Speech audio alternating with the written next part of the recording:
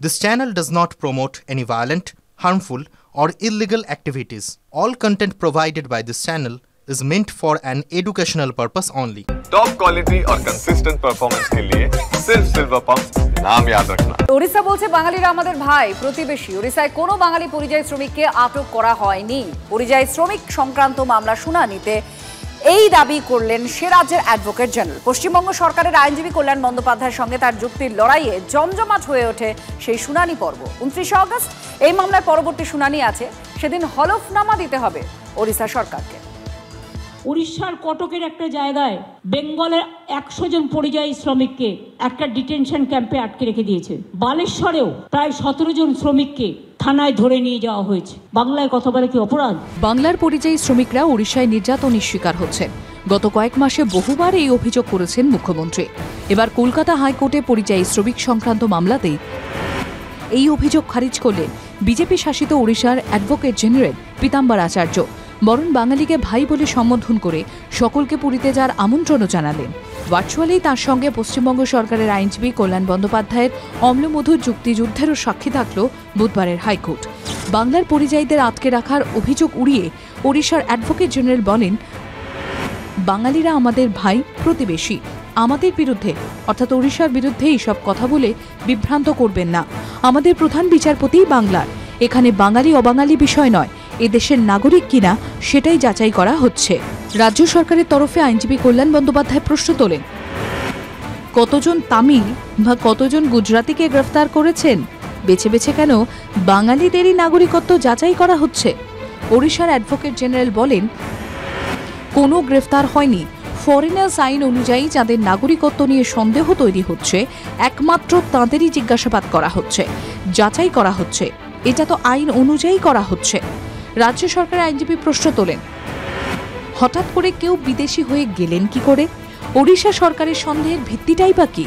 400 জন বাঙালিকে গ্রেফতার করা হয়েছে। ওড়িশার অ্যাডভোকেট জেনারেলের জবাব, বাঙালি অবাঙালি বলে বিভ্রান্ত করবেন না, এটা দেশের ব্যাপার। পুরীতে আসুন, নিমন্ত্রণ রইল। বাস্তবে গত কয়েক মাসে ওড়িশা থেকে দলে দলে পরিযায়ী শ্রমিকরা বাংলায় ফিরেছেন। বাংলায় কথা বলার জন্য নির্যাতনের শিকার হয়েছেন বলে অভিযোগ করেন অনেকে। আবার নাগরিকত্ব যাচাইয়ের কথা বলে অনেককে আটক করারও অভিযোগ উঠেছে। ওড়িশাতে বাঙালি পরিযায়ী শ্রমিকদের গ্রেফতার না আটক করা হয়েছে। আগামী শুনানিতে ওড়িশার অ্যাডভোকেট জেনারেলকে বিস্তারিত হলফনামা দেওয়ার নির্দেশ দিয়েছে ডিভিশন বেঞ্চ। মামলার পরবর্তী শুনানি আগামী 29 আগস্ট। শ্রাবন্তী সাহার রিপোর্ট, TV9 বাংলা। তৃণমূলের গোষ্ঠী কোন্দলে উত্তপ্ত দমদম। বিধায়ক অতীন ঘোষের অনুগামীদের মারধরের অভিযোগ উঠেছে কাউন্সিলর কাকলি সেন এবং তার স্বামী শান্তনু সেনের বিরুদ্ধে। আর এক বৃদ্ধাকে কাউন্সিলর কাকলি সেন চর মেরেছেন বলে অভিযোগ। ধুন্ধুমার পরিস্থিতি তৈরি হয়। সৌভিক আমাদের প্রতিনিধি রয়েছেন আমাদের সঙ্গে সরাসরি। সৌভিক, কি পরিস্থিতি এই বিবাদ, অর্থাৎ অতীন ঘোষের অনুগামী আর কাউন্সিলরের অনুগামীদের মধ্যে বা শান্তনু সেনের অনুগামীদের মধ্যে যে বিবাদটি কোন জায়গায় দাঁড়িয়ে রয়েছে, পুলিশ কি বলছে? দেখো, এক কথায় বলা যেতে পারে যে আবারও কিন্তু গোষ্ঠী সংঘর্ষ উঠে আসলো এবং এবার গোষ্ঠী সংঘর্ষের স্থল হচ্ছে দমদম 2 নম্বর ওয়ার্ডের 6 নম্বর গেট এলাকা। গতকাল রাত্রির বেলায় কিন্তু দুপক্ষের মধ্যে ব্যাপক মারপিট। ইতিমধ্যেই কিন্তু দুপক্ষের প্রায় বেশ কয়েকজন আহত হয়ে রয়েছে। যেমনটা সূত্র মারফত জানা যাচ্ছে, এই 6 নম্বর গেট এলাকায় একটি পুকুর পাড় রয়েছে। সেই পুকুরের পাড়ে বসাকে কেন্দ্র করেই গণ্ডগোল। এবং সেই গণ্ডগোল হচ্ছে একদিকে যেরকম অতীন ঘোষ গোষ্ঠীর বেশ কিছু সমর্থক এবং উল্টো দিকে কাকলি সেন স্থানীয় কাউন্সিলর এবং তার স্বামী শান্তনু সেনের লোকজনের মধ্যে মারপিট হয় এবং সেই মারপিট ব্যাপক আকার ধারণ করে। পরবর্তীকালে রাত্রিবেলায় শান্তনু সেন কাকলি সেন আসে এবং তাদের বিরুদ্ধেও অভিযোগ করছে যে অতীন ঘোষের যারা লোকজন রয়েছেন তারা অভিযোগ করছে যে এই শান্তনু সেন এবং কাকলি সেন সেই সমস্ত তৃণমূল সমর্থকদের মারধর করে। তাদের মধ্যে বেশ কয়েকজন আহত রয়েছে, একজনের চোখে লেগেছে, একজনের বুকে লেগেছে। উল্টো দিকে আবার শান্তনু সেনের বেশ কয়েকজন আহত হয়ে রয়েছে। তাদের যেটা বক্তব্য, গতকালকে যখন গণ্ডগোল বাধে সেই সময় শান্তনু সেন এবং তার স্ত্রী কাকলি সেন গিয়ে সেই ঝামেলা মেটাতে গিয়ে তারা দুজন আক্রান্ত হয় এবং এই ঘটনায় কিন্তু উত্তাল পরিস্থিতি তৈরি হয় গতকাল। এই উত্তাল পরিস্থিতির মধ্যে বেশ কিছু বক্তব্য উঠে এসেছে। কে কি বলছেন, কোন পক্ষের তরফ থেকে কি অভিযোগ করা হচ্ছে শুনুন। এখানে সন্ধ্যাবেলা 9টা নাগাদ ওই পাশে কিছু ছেলে বাইরের ছেলে এসে নেশামান করে। আমরা সেখানে বারণ করি, তাদের বাধা দিয়ে এখানে ঢুকবে না, তোমার এখানে নেশামান করবে না বলে তারপর সব যে আমরা চলে যাই। তারপরেতে আমি তখন বাড়ি ঢুকছি, হঠাৎ দেখি ডাক্তার কালু সেন, ডাক্তার শান্তনু সেন কিছু ছেলে নিয়ে হাতে লাঠি নাকি রড মতন ছিল, এইগুলো দিয়ে বেরিয়েছে। আমাকে হঠাৎ অ্যাটাক করে থাবলা মারে, মেরে তুই এক পায়েটা মারবার। হ্যাঁ, লাঠি দিয়ে। হ্যাঁ, শান্তনু সেন নিয়ে মেরেছেন আমাকে। ওই শান্তনু সেন মেরেছে। হ্যাঁ, ঠিক 11:15 নাগাদ এনাকে মারার পর মানে ফাঁকা রাস্তায় একে মেরে ওখানে গিয়ে আমাকে গালাগাল দিয়ে ডাকছে। আমিও খেতে বসবো, বাইরে বেরিয়েছি। বেরিয়ে দেখি অন্তত গোটা 20-22 জন ছেলে, যাদেরকে আমি চিনি। সেটা হচ্ছে এক ডাক্তার শান্তনু সেন, কাকুলি সেন, এরাও আমাদেরকে মেরেছে। এরা উপস্থিত শুধু রাখিনি, নিজেরা মেরেছে আমাদেরকে, আমার মাকেও মেরেছে হাতে। এইখানে ওদেরই হাতে কিছু ধারালো কিছু ছিল, যার জন্য কেটে গেছে। ঠিক আছে, আমি আরজি করে যাই। আর সঞ্জু মণ্ডল, যাদেরকে আমি চিনি, সঞ্জু মণ্ডল, মহাদেব, আর হচ্ছে টিঙ্কু।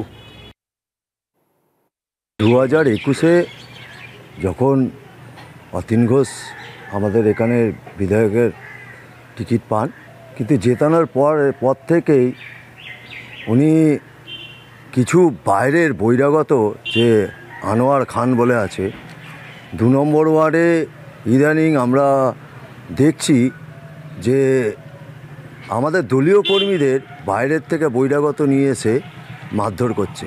আমরা পুকুর ধারে বসেছিলাম, হঠাৎ করে কিছু ছেলে এসেই আমাদের মারধর শুরু করে। এই মারধরের খবর শুনে ডাক্তারবাবু ঠেকাতে আসেন, ডাক্তার শান্তনু সেন ঠেকাতে আসেন, ইভেন কাউন্সিলরও ঠেকাতে আসেন। কাউন্সিলরকে ধাক্কা মেরে ফেলে দেয়, আমাদের চোখ ফাটিয়ে দেয়, আরেকজনেরও চোখ ফাটিয়ে দেয়। আমার যা বলার, আমার যা জানানোর, আমি লিখিতভাবে আমার স্থানীয় পুলিশ প্রশাসনকে জানিয়ে গেছি। এর বাইরে আমি একটা কথা বলবো না। শান্তনু সেন তার বউ কাকুলি সেন গাড়ি করে নিয়ে এসে ওইখানে শুধু ওই ছেলেটিকে মারে নয়, অন্যান্য লোকেদের যারা ওর পক্ষে বলছিল তাদেরকে মারধর করে, মহিলাদের মার করে। তারা তো স্টেটমেন্টও দিয়ে সবাই, হ্যাঁ, মহিলাদের মারধর করে এবং 7 জন টোটাল মানে আহত হয়েছে। তো এইটা আমার উস্কানির প্রশ্ন আসছে কেন? ঘটনাটা তো সকাল থেকে তোমার 100 দিনের কর্মীকে অ্যাবসেন্ট করা নিয়ে হয়েছে। মানে যে যার অধিকার নেই সে খাতার উপর কেটে সই করে দিচ্ছে। মানে কাউন্সিলরের পাওয়ারে এত পাওয়ার যে সে গিয়ে একজনকে অ্যাবসেন্ট করে দিচ্ছে, মানে যে বিভাগের সুপারভাইজার নয়। এই তো ঘটনা। এবং শান্তনু সেন কালকে যা গুন্ডার মতো আচরণ করেছে সকাল থেকে রাত্রি পর্যন্ত, এবং এছাড়া পুলিশের একাংশের মদতে। আমার বক্তব্য, আমরা পুলিশকে চাপ দিচ্ছি যে পুলিশকে ব্যবস্থা নিতে হবে। পুলিশকে আইনের, যারা হামলা করেছে, যারা মেরেছে, যারা আক্রান্ত হয়েছে, তাদের যারা অপরাধী তাদের বিরুদ্ধে ব্যবস্থা নিতে হবে। এটাই আইনের কাছে আমরা সাহায্য চাইছি, বলছি ব্যবস্থা নিতে হবে। এবং যে পুলিশ অফিসার বিনা প্ররোচনায় লাঠি চড়িয়েছে তার বিরুদ্ধে ব্যবস্থা নিতে হবে। ডিসি নর্থকেও জানিয়েছি সেটা। এটা নতুন কিছু না, আপনি দেখেছেন পার্লামেন্টে যাওয়া নিয়ে টিএমসির এমপিদের মধ্যে যে ধরনের কাজিয়া হয়েছিল, চুলোচুলি হয়েছিল, সেটা সবাই দেখেছে। ওই স্তরে যদি হতে পারে, 5 বার 7 বারের এমপি যারা, তারা যদি লড়তে পারে, তাহলে বাকি নিচে কাউন্সিলর এমএলএ তো লড়বেই। এখন মুসল পর্ব শুরু হচ্ছে। দেখুন, যারা বলছে জিতবো, এত সিট চাই, সেই দলটা আদৌ কতদিন টেকে।